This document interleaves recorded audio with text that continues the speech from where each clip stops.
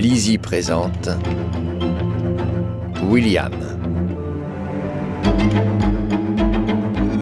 de Mason Coyle, lu par Jérémy Bardot.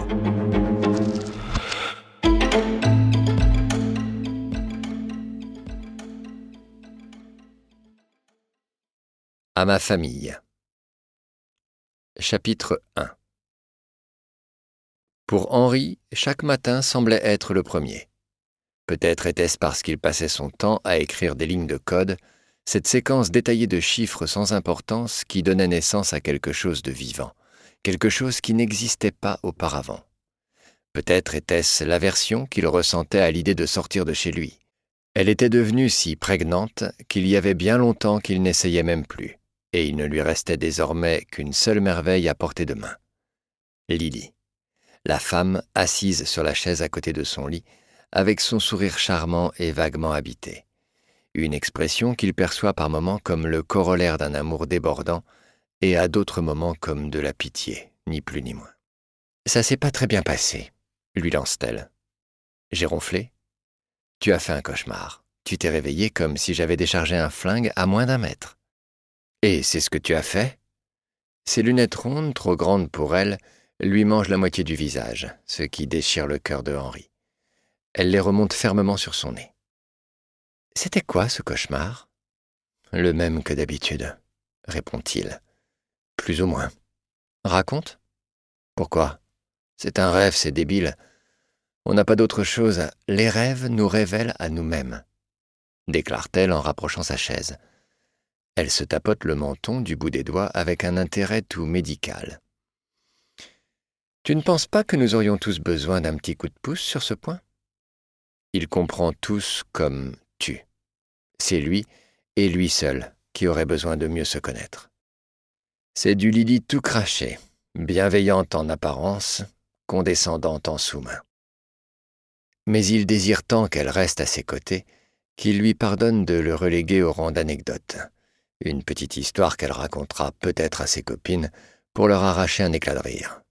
Ou pire, de la compassion. Je suis dans la maison, notre maison, débute Henri. Je longe les couloirs comme si je ne contrôlais pas mes membres. Je dérive en fait. Tu vois ce que je veux dire ? Tout à fait. Et donc, je monte l'escalier du 2e étage. Et là, je commence à avoir peur. Tu as peur de... Non, pas de ça. Pas exactement. Alors c'est... une sensation. En gros, je sais que quelque chose de terrible va se passer, mais je ne peux rien y faire. Et tu ne peux pas te réveiller. Je ne peux absolument rien faire, à part me rendre là où je dois aller. Au grenier. Les marches qui mènent au grenier, oui. Là, je m'arrête.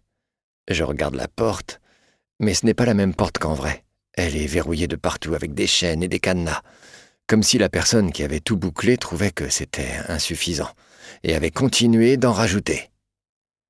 Impossible de deviner ce qui va piquer la curiosité de Lily, tout comme ce qui va la faire décrocher pour le laisser à ce qu'elle appelle ses petites occupations. Henri a souvent l'impression qu'il existe une autre trajectoire dans leur conversation qui lui permettrait de la retenir plus longtemps à ses côtés, peut-être même de la faire revenir pour de bon. Si seulement il trouvait le sujet ou le thème adéquat. Il avait déjà fait cette erreur par le passé, de croire qu'elle le préférerait plus amusant. Mais après avoir tenté d'imiter le charme des hommes qui tenaient le premier rôle dans les films qu'elle affectionne, il s'était rendu compte qu'elle le trouvait moins attirant quand il en faisait trop. Ça lui donne envie de lui demander ce qui la séduisait le plus chez lui avant qu'il se marie. Laquelle de ses qualités toujours présentes lui fallait-il exalter ? Mais il craint de l'entendre dire qu'elle ne s'en souvient plus. « Et après ?» dit-elle. J'entends une voix derrière la porte. Sa voix, oui, mais tu n'entends pas ce qu'elle dit. Les autres fois, je n'arrivais pas à comprendre, mais là, oui. Elle se redresse. Et ?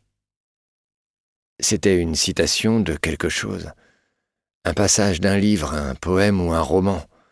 La Bible, peut-être. Un truc que la chose avait mémorisé. Et elle ne plaisantait pas.